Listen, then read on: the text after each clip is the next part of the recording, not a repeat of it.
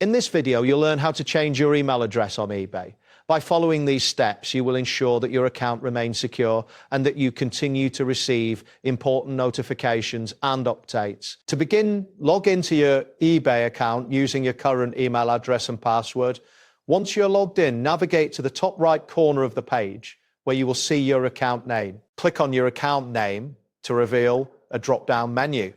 From this menu, select Account Settings to access your account management options. After entering the account settings, look for the section labeled Personal Information in the left sidebar. Click on Personal Information to view various personal details associated with your account.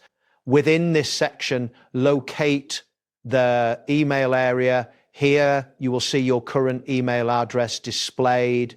Click the Edit button next to it to start the process of updating your email address. Now enter your new email address into the provided field. It is important to ensure that the new email address is active and accessible to you. Carefully double check your entry for any typos, as accurate input is crucial for receiving notifications, payment alerts, and account updates.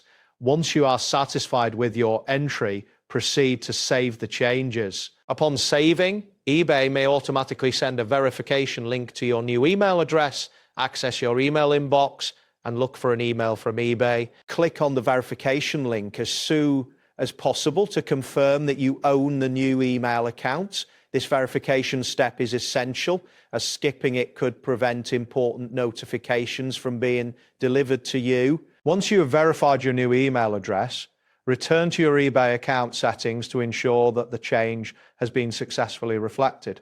Monitor your inbox for any eBay notifications or alerts. If necessary, update any associated accounts or payment methods that may rely on your email address.